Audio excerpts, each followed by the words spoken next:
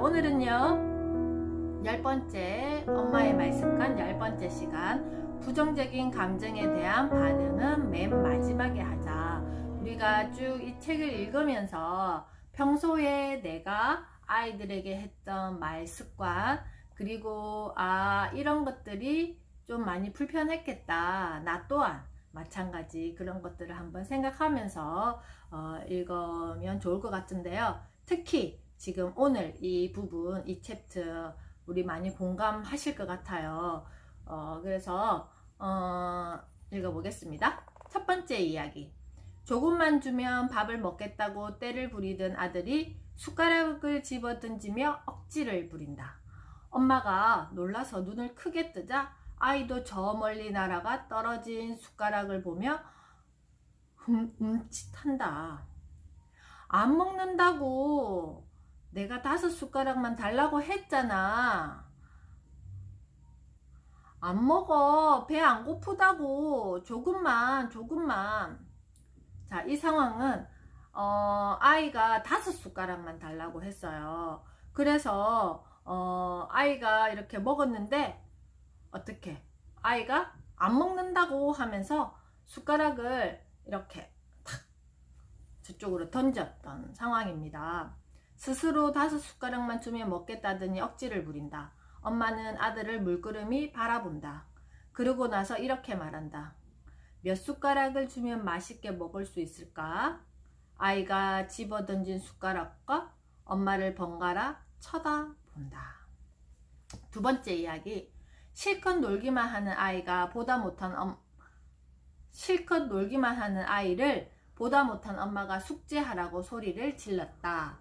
자, 우리 이거 저번에 3번째 시간 선택 존중하며 책임지게 하자 편에서 이 부분 많이 이야기했죠. 숙제하라고 소리를 질렀다. 아이는 입을 쑥 내민 채 억지로 숙제를 한다. 기분이 나쁘다는 사실이 온몸에 묻어난다.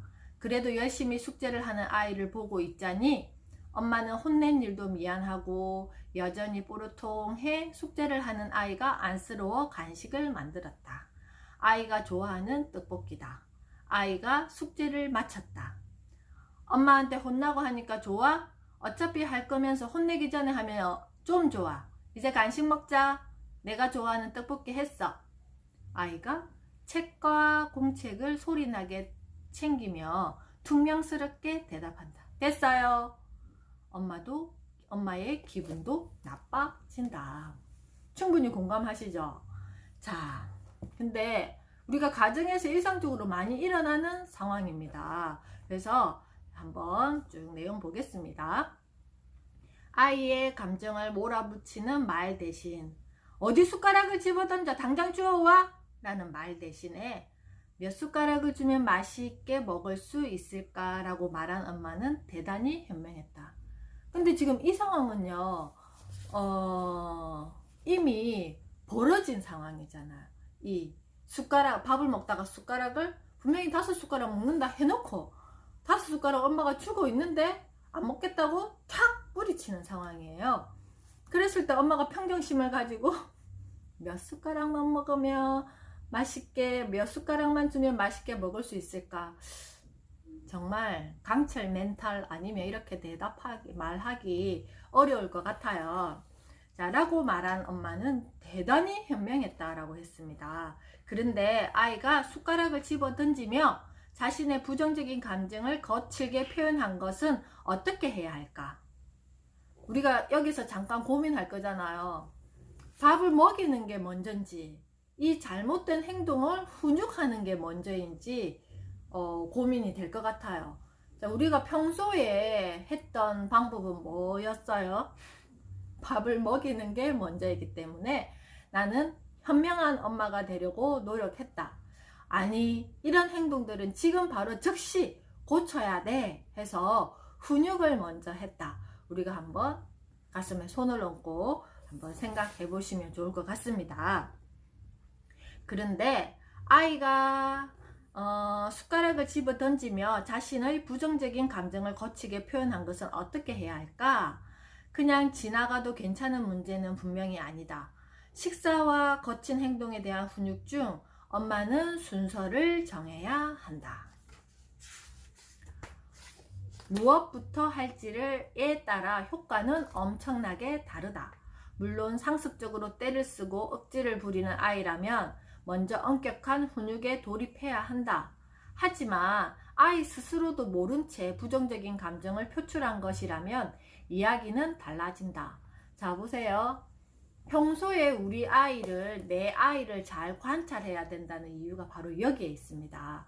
우리가 언제 어떤 타이밍에 어떻게 훈육을 해야 되는지, 언제 어떤 타이밍에 어떻게 칭찬을 해야 되는지, 평소에 내 아이가 어떤 습관을 가지고 어떤 형태로 이렇게 행동하고 말하는지, 자, 여기에서 마찬가지 우리 엄마 스스로도 나는 평소에 어떤 상황에서 어떻게 행동하고 말하는지에 대한 어떤 일관성이 있어야 돼요. 그래야지만 엄마의 말에 힘이 생긴다라는 거예요.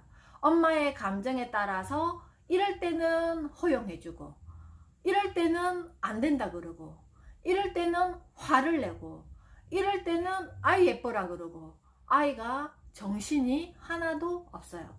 그래서 평소에 내 아이가 계속 습관적으로 이게 징징거리는지, 이렇게 이런 행동이 어떤 상황 없이 그냥 하는 건지, 이 상황에서 아이가 미처 생각하지 못했던 어떤 부정적인 상황이 생겨서 아이가 지금 부정적인 감정을 표출하는 건지를 잘 구분하셔야지 어떻게 그 다음 대처를 할 수 있다라는 말입니다. 그래서 기본 생활 습관이 형성되는 3살부터는 불필요하게 봐주거나 일관적이지 않는 태도 등을 경계해야 한다. 맞죠? 자, 아연이 엄마 오셨네요. 자, 그래서 우리가 이랬다 저랬다 하는 나의 어떤 행동부터 먼저 바라봐야 된다는 거예요. 그래서 유아기에는 자신의 생각과 현실이 다른 경우가 많다. 분명히 이렇게 생각해서 이렇게 했는데 이게 아니다. 이런 경우가 많다는 거죠. 아이가 예상했던 것과 실제 밥의 양이 충분히 다를 수가 있다. 나는 분명히 5숟가락 먹는다 그랬는데 엄마가 이야기하는 5숟가락과 아이가 생각했던 5숟가락. 근데 아이들은 이성적인 사고를 할 수 없기 때문에 그 5숟가락의 양을 측정할 수가 없어요. 근데 엄마는 대충 알잖아요. 이 5숟가락이면 밥그릇 어느 정도의 어떤 양이 될 것인지. 그렇기 때문에 그래서 당황한 나머지 억지를 부렸다면 버릇없다 또는 잘못했다로만 접근할 것이 아니다. 아이의 감정 표현에 대응할 때는 아이가 왜 그렇게 표현했는가에 집중해야 한다라는 것입니다. 그래서 여기 보면 5숟가락만 주면 먹겠다던 아이가 갑자기 양이 많다면서 숟가락을 집어 던졌다. 아이도 자신의 돌발 행동에 놀라는 눈치다. 단편적으로만 보면 어때요? 변덕 부리는 것이지만 아이의 시점에서 보면 어때요? 감정 기복에 수긍이 간다. 맞죠? 우리도 분명히 우리 뷔페 같은 데 가면 그렇잖아요. 맛있는 게 되게 많이 있어. 그래서 내가 이 접시 막 이렇게 양껏 챙겨 오잖아요. 근데 내가 얼만큼 먹을 수 있는지 나도 잘 몰라요. 그냥 눈에 맛있어 보이니까 내가 접시에 다 먹는 거예요. 그런데 보통 그걸 싹싹 깨끗하게 다 먹는 사람 많지 않을 거라고 저는 생각합니다. 그런 것처럼 아직 아이는 내가 엄마한테 분명히 5숟가락을 먹는다고 했지만 그 5숟가락의 양을 확실히 잘 모른다는 거예요. 내가 먹었을 때 얼만큼 배가 부를 건지. 그렇기 때문에 이게 부정적인 감정이 아니라 내가 먹어보니까 배가 지금 불러서 내 앞에 있는 엄마에게 지금 투정 부리는 상황이라는 거예요. 그래서 5숟가락이라고 했을 때 양이 적을 줄 알았는데 막상 보니까 양이 엄청 많다. 아이가 생각한 5숟가락은 엄마가 준 5숟가락과는 현실적으로 다른 것이다. 그래서 양이 많아 안 먹는다고 한 것이므로 엄마는 왜 이랬다 저랬다 그래? 하면서 아이의 감정 기복으로 문제를 몰아가지 않도록 주의해야 한다. 물론 양을 대략적으로 예측할 수 있는 초등학생이라면 이야기는 달라진다.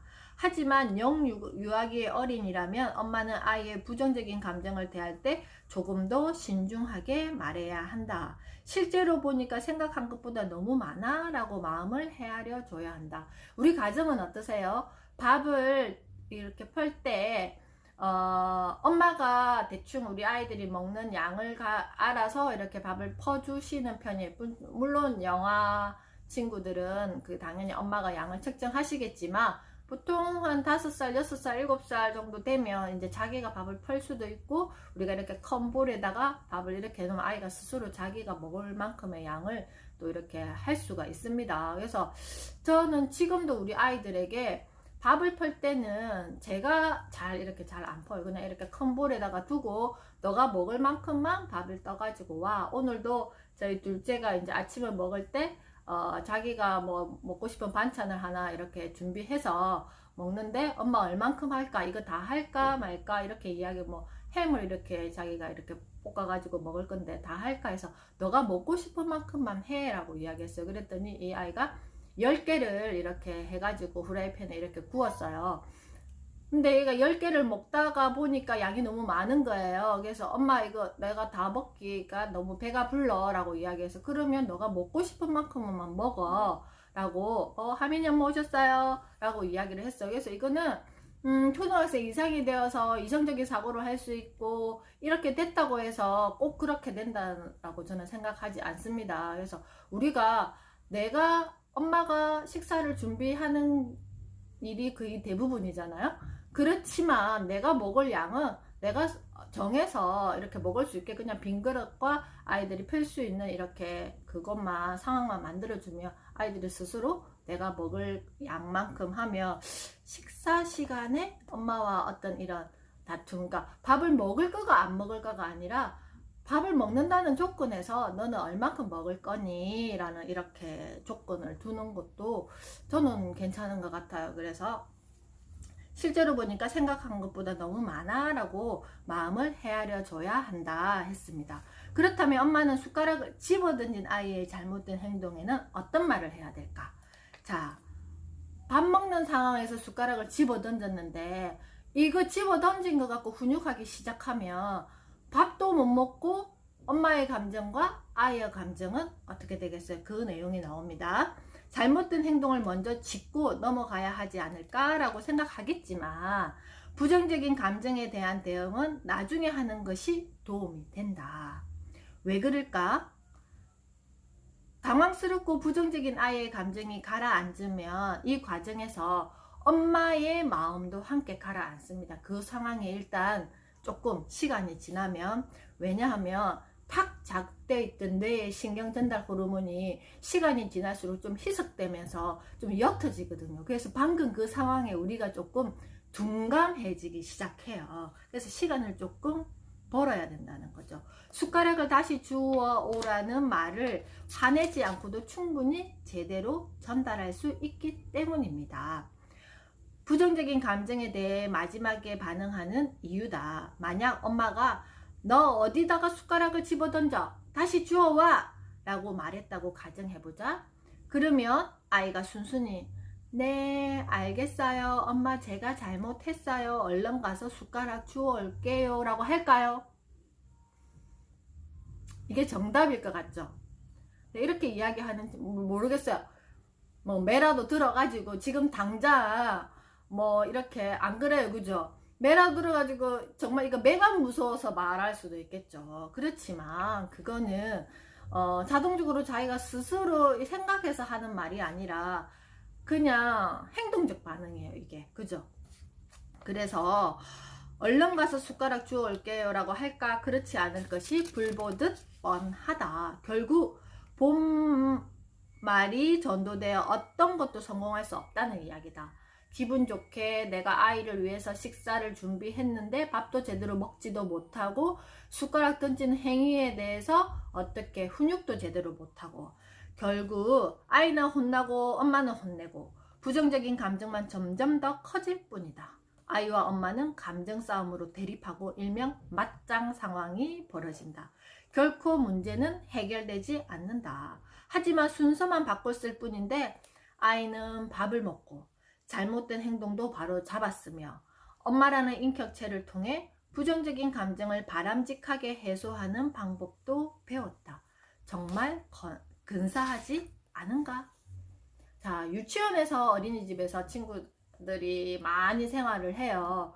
화장실에 슬리퍼나 그리고 또 뭐 색연필 사인펜 뚜껑이나 아이들이 자기 어떤 사용하는 물건 이런 것들에 대해서 크게 애착을 가지지 않기 때문에 사용할 때는 막 이렇게 사용하다가 뭐 뚜껑이나 이런 것들 그리고 신발도 이렇게 벗어놓고 그냥 온다거나 이런 경우도 종종 일어납니다. 자, 그랬을 때 선생님이 만약에 자, 화장실 갔다가 신발 정리해야지 또 어떻게 뭐 자기 색연필 사인펜은 잘 정리해야지 뚜껑은 잘 정리해야지 자 이렇게 이야기하면 그때만 이게 가능할 거예요. 그렇지만 제가 아침 방송을 이렇게 할 때 아이들에게 아니면 아이들에게 선생님께 지도를 요청하는 건 어떻게 하냐면은 어떡하지? 화장실에서 슬리퍼 친구가 선생님 이렇게 지나가는데 엉엉 울고 있었어. 왜 울었을까? 방금 우리 친구들이 어떻게 신발, 양말을 젖지 않게 화장실 사용할 때 양말을 젖지 않게 도와준 슬리퍼 친구가 혼자서 자기 자리를 갈 수 없었던 거야. 그래서 어떻게 했다고? 분명히 너를 도와줬는데 나는 아직 너가 내 자리를 데려다 주지 않아서 나는 혼자 있어서 너무 슬퍼 라고 하면서 엉엉 울고 있었어. 자, 물론 이렇게 집에서 이야기하시기 힘드시겠죠. 그렇지만 우리가 동화책 읽어줄 때 얼마나 목소리를 예쁘게 아이들에게 잘 읽어주세요. 방금 이런 상황에서도 뭐 책에는 이렇게 적혀 있지만 아이가 엄마가 이렇게 너를 위해서 밥을 차렸어. 근데 제가 여기서 꼭 한번 짚어야 될 거는 서로 기분 나빠 있는 상황에서는 부정적인 감정을 이야기 안 했으면 좋겠어요. 그리고 나중에 밥을 다 먹고 기분 좋은 상황에서 자 숟가락에 대한 이야기를 하고 방금 저 숟가락은 너가 밥을 먹기 위해서 도와주는 친구야. 그런데 엄마는 너가 5숟가락의 어떤 양을 잘 모르고 너도 잘 몰랐을 거야. 그래서 엄마는 너가 5숟가락이라고 이야기했기 때문에 5숟가락을 주려고 그랬고 너는 어떤 다른 기분이었던 것 같아. 그래서 너를 도와준 이 숟가락 친구를 탁 하고 이렇게 던졌구나. 근데 저 친구 입장은 어떨까? 저 친구는 그냥 너에게 어떤 것도 하지 않고 너가 밥을 잘 먹기 위해서 도와준 친구야. 그러면 너는 어떻게 해야 될까? 자, 우리가 인성교육을 하고 뭔가 이런 교육을 하기 위해서 아이들 뭐 식습관 지도, 배변 지도 이런 동화책들 많이 그 시기에 맞는 책들 많이 구입하세요. 근데 저는 평소에 엄마가 차라리 동화책을 많이 읽어서 아이들에게 구연하듯이 이렇게 이야기를 해주는 연습을 많이 하셨으면 좋을 것 같아요. 그러면 앉아봐.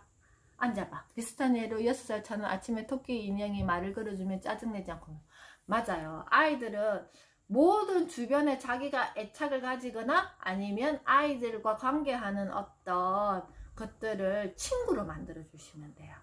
그래서 너가 잘 걸을 수 있게 도와주는 너의 신발 친구를 어떻게 오른발 쑥 왼발 쑥 하면서 아침에 신발 신을 때도 우리가 동화책 한 권 읽는 거예요. 그냥 그러면 오른발 쑥 왼발 쑥 하면서 어때요?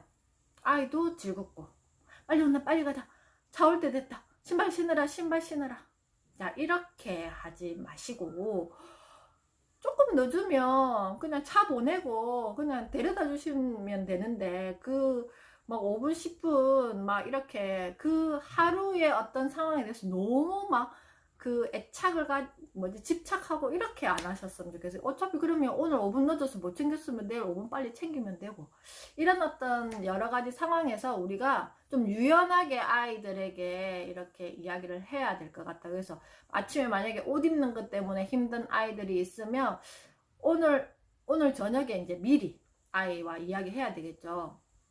오늘 아침에 너가 옷 입는 것 때문에 너도 힘들었고 엄마도 조금 힘이 들었어.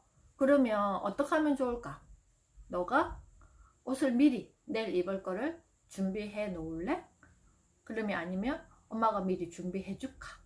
뭐 이런 식으로 아이들과의 대화거리들을 이렇게 찾아내요. 그래서 아이들이 최고로 기분 좋을 때 엄마가 조금 불편했던 것들을 이렇게 생각해 두셨다가, 그때 엄마가 너가 이렇게 하니까 좀 엄마가 기분이 좀 안 좋았어? 속상했어? 어떻게 하면 좋고, 엄마가 너 마음을 잘 몰라서 그때는 이렇게 어떻게 해야 될지 잘 몰라서 좀 화가 나는 표정? 이런 것도 좀 그랬었는데, 너는 어떻게 생각해? 그러니까 아이가 고민해서 아이가 스스로 뭔가 해결 방법을 찾을 수 있는 질문을 잘 하셔야 돼요. 그래서 제가 두 번째 책으로 준비할 지금 생각하고 있는 책이, 이게 질문을 잘하는 그 내용이 담겨있는 책을 같이 읽어볼까 생각하고 있는데, 참 이걸 굉장히 어려워하셔요. 평소에 우리가 뭔가를 이렇게 가르쳐 줘야 되고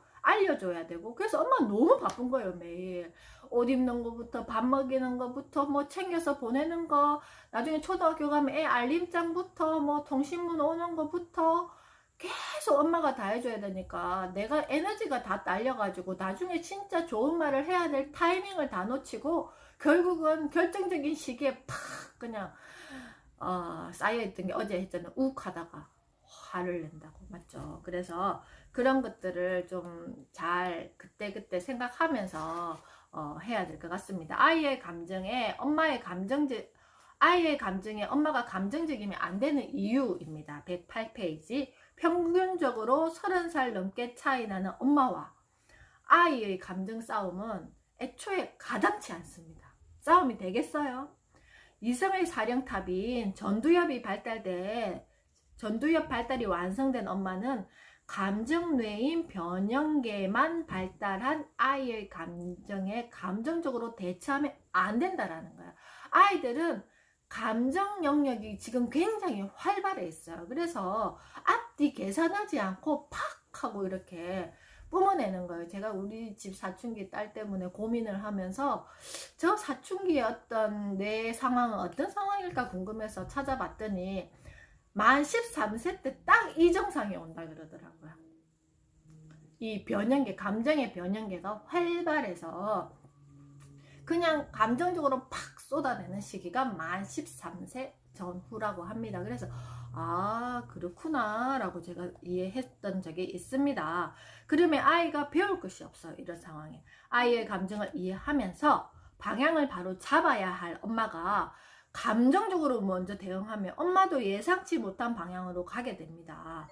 아이와 감정 싸움 하다가 엄마가 저지르는 부정적인 감정 표현은 마지막에 바로 뭐예요?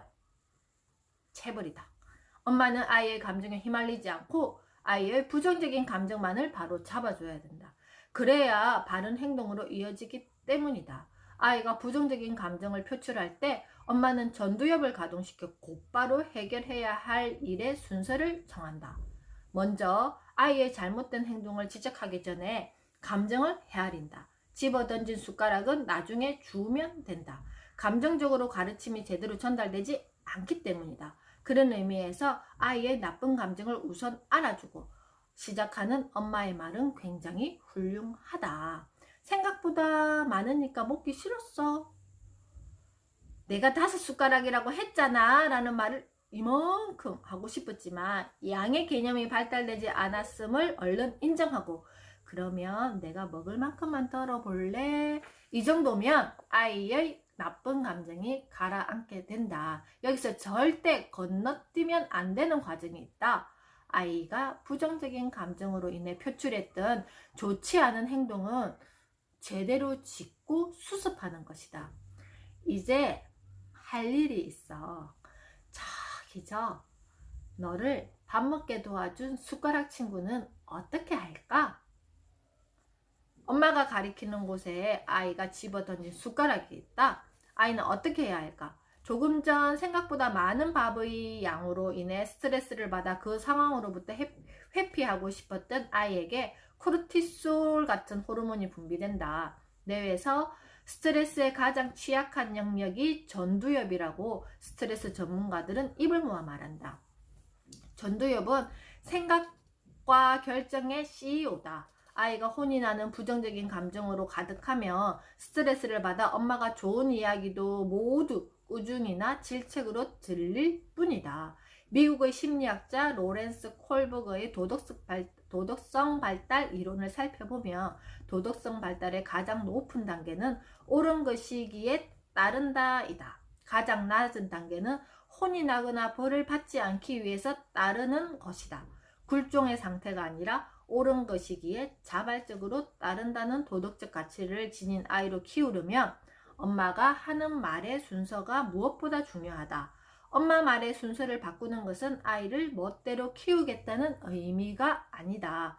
그보다도 아이의 고차원적인 도덕성 발달을 위해 나쁜 상황도 교육적이고 인격적인 상황으로 만드는 것이 엄마의 말이 가진 힘이다. 아이의 부정적인 감정과 태도에 대응할 때 엄마가 순수를 정해야 하는 명백한 이유이기도 하다. 우리가 좀 이렇게 여성 호르몬이 많은 우리는요, 좀 그래요. 감정이 먼저 앞서요. 그죠? 그래서 정말 이성적으로 판단해야 될 때 그 순서 정하기가 굉장히 힘들어요. 맞죠? 근데 이거는 내가 의식하지 않으면 안 되는 영역이에요. 방금 이야기했잖아요. 이 전두엽 쪽에 그 스트레스 호르몬 코르티솔이 확 분출이 되면 내 조절 능력이 확 다운돼요. 그래서 어떻게 된다고?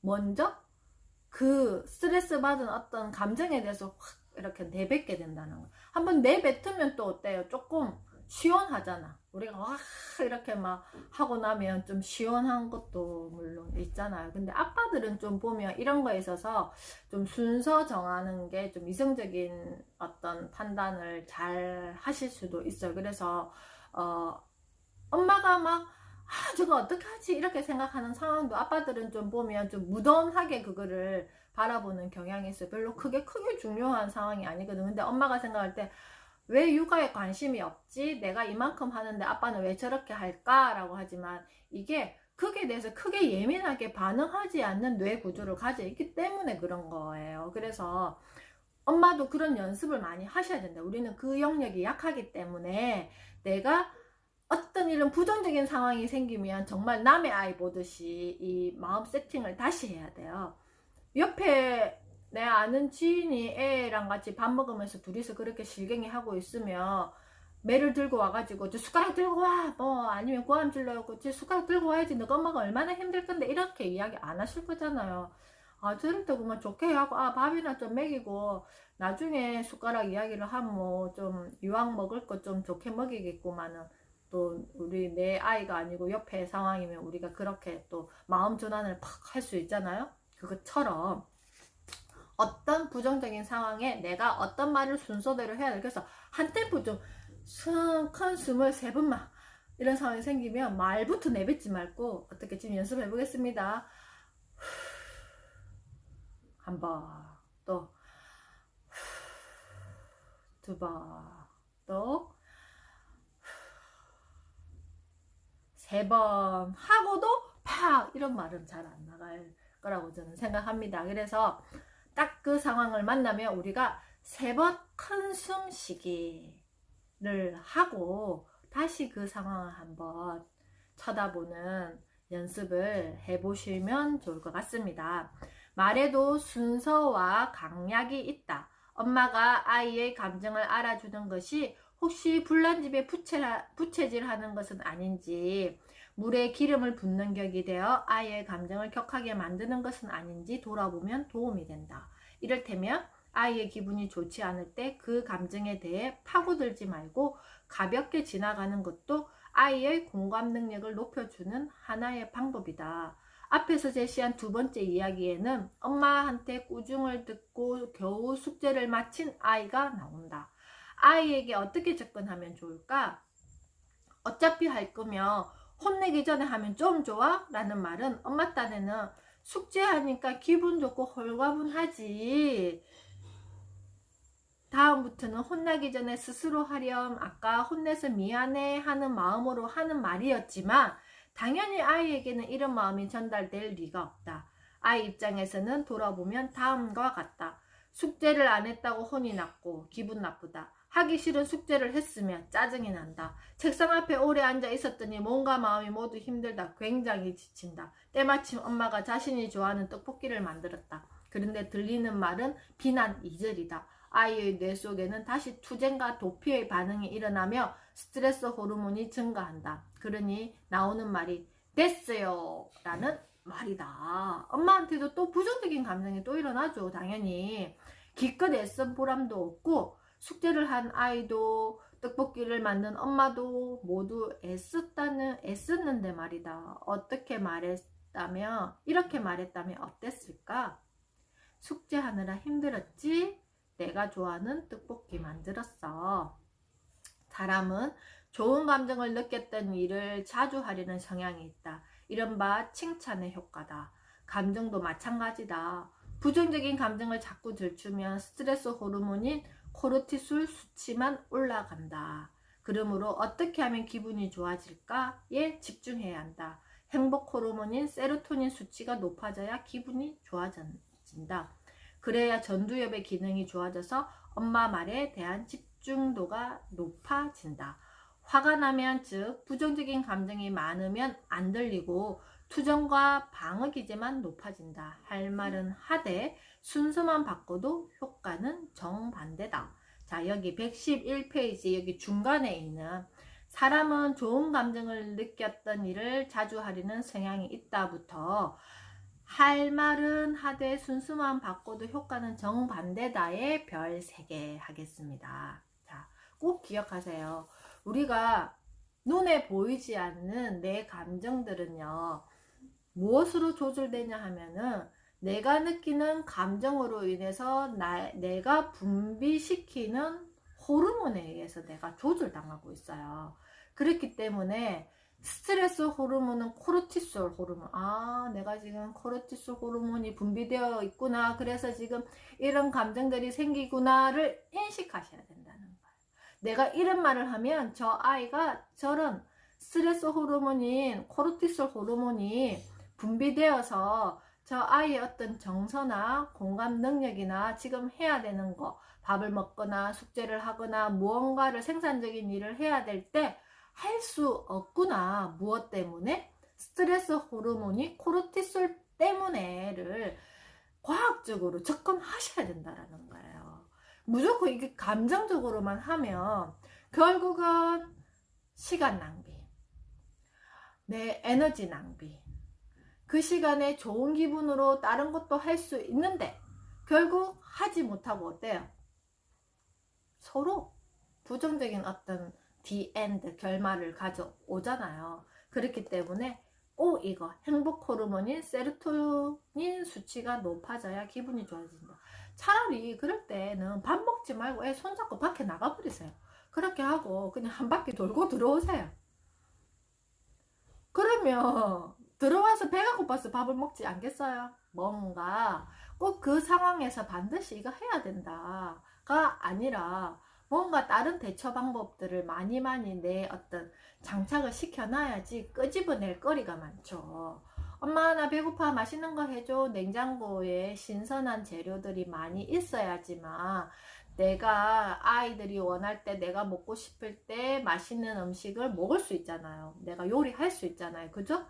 그런데 냉장고가 텅텅 비어 있고 막 유통기한 지난 음식들 있고 막 이래. 그런데 내가 맛있는 음식을 차려 먹을 수 있겠어요? 재료가 없는데?